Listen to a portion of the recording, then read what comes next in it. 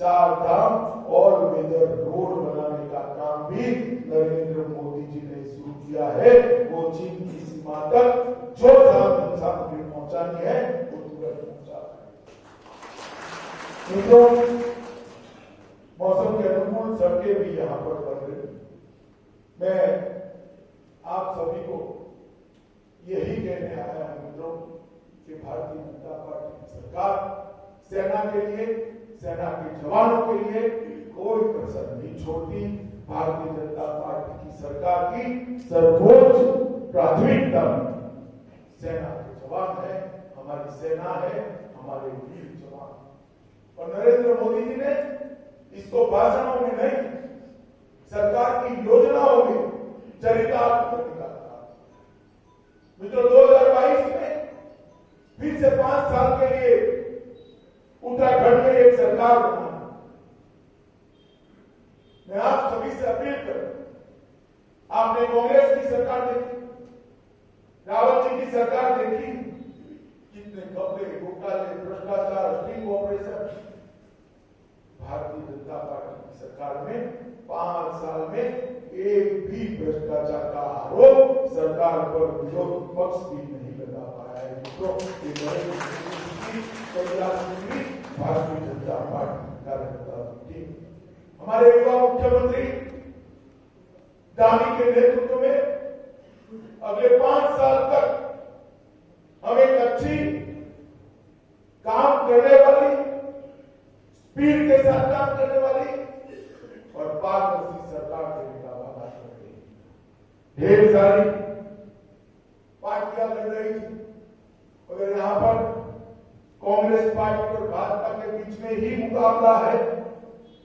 कांग्रेस के सरकारों को फेल सरकार का उपनाम दिया जाता है और भारतीय जनता पार्टी की सरकार को डबल इंजन की सरकार का उपनाम दिया जाता है। मित्रों, डबल इंजन की सरकार, नीचे तो पुष्कर की सरकार है ही, ऊपर भारतीय जनता पार्टी की नरेंद्र मोदी की सरकार।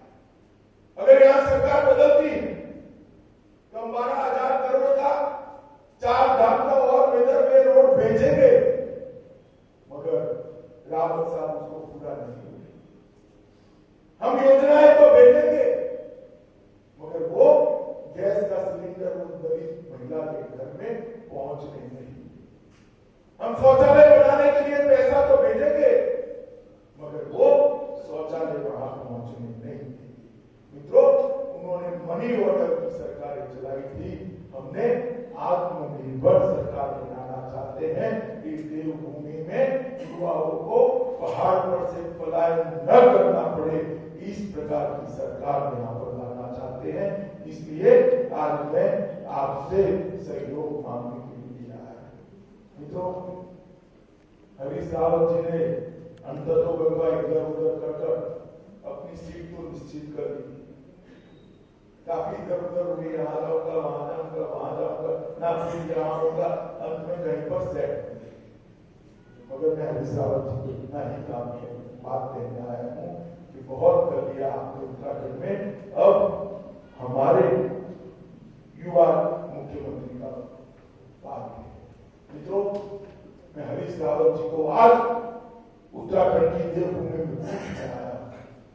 हरीश जी, आप जरा बताइए कि आपके नेतृत्व में उत्तराखंड में इंफ्रास्ट्रक्चर के क्या बड़े काम आप गिना सकते हैं तो देवभूमि की जनता के सामने उसकी सूची रखिए। मैं तो 5 साल का हिसाब लेकर आया हूं। 12,000 करोड़ का 4 धाम का रोड बनाने का काम हमने न केवल शुरू कर दिया, द्रुत गति से चल रहा है और इधर रोड बन रहा है। केदारनाथ का पुनर्निर्माण, जिसके कांग्रेस के सरकार में आपदा के बाद केदारनाथ का जो हाल हुआ था, उत्तराखंड की जनता का जो हाल हुआ था और उसमें भी घपले हुए थे, आज उत्तराखंड की सरकार भूल नहीं सकती।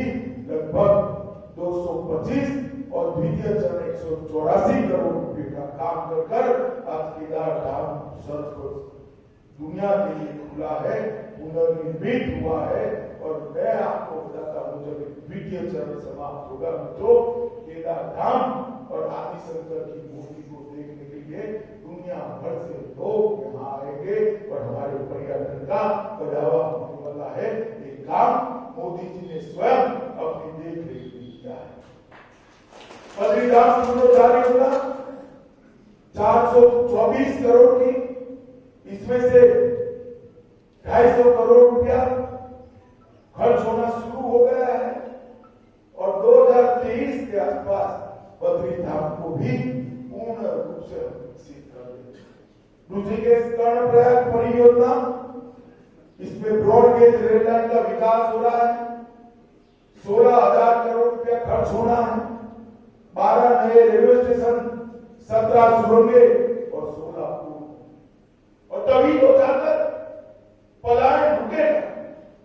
पलायन रुकने के लिए इंफ्रास्ट्रक्चर है, स्वास्थ्य सुविधाएं ऊपर जाए, शिक्षा की व्यवस्थाएं ऊपर करनी पड़ेगी और रोजगारी भी ऊपर ले जानी पड़ेगी, तभी जाकर पलायन रुकेगा।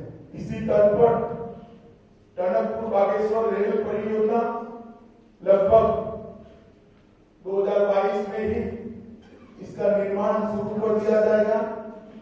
केदारनाथ व हेमकुंड साहिब के बीच में रोपवे की परियोजना अभी मोदी जी घोषणा कर गए हैं, ये भी तुरंत शुरू होने वाली है। देहरादून दिल्ली एलिवेटेड सड़क का शिलान्यास लगभग ये होने के बाद 2.5 घंटे में आप देहरादून से दिल्ली पहुंच जाएंगे। मित्रों, आप कल्पना कर सकते हैं 2.5 घंटे में देहरादून से दिल्ली जब पहुंचते हैं तो यहाँ पर आर्थिक विकास कितनी तेजी से। हरिद्वार से हर की पौड़ी चंदी देवी मंदिर का रोपवे का निर्माण भी चालू हो गया है। देहरादून शहर में नियो मेट्रो 2 कॉरिडोर में बनाने का काम भी हमने शुरू कर दिया है। मित्रों, ये सारा इंफ्रास्ट्रक्चर का काम भारतीय जनता पार्टी की डबल इंजन सरकार के समय में हुआ है। मैं पूछना चाहता हूं हरीश रावत जी, अगले 5 साल में आपने क्या किया, इसका हिसाब किताब लेकर आप उत्तराखंड की जनता के सामने आए। स्वास्थ्य के क्षेत्र में भी ढेर सारे काम होंगे। शिशु मृत्यु दर 1000 में 38 से घटकर 31 हो गई। आयुष्मान भारत योजना से गरीब परिवारों को 5 लाख तक का हेल्थ का कवरेज मिला है। लगभग 837 करोड़ रुपया जो कांग्रेस ने खर्चा था अंतिम वर्ष, 837 करोड़ रुपया भारतीय जनता पार्टी की सरकार ने वार्षिक बजट में 837 से बढ़ाकर 3000 करोड़ रुपया स्वास्थ्य के लिए इन्वेस्ट करने का तय किया है। 5 नए मेडिकल। और बड़ी खबर मिल रही है, बीजेपी की एक और लिस्ट जारी हो गई। 91 प्रत्याशियों के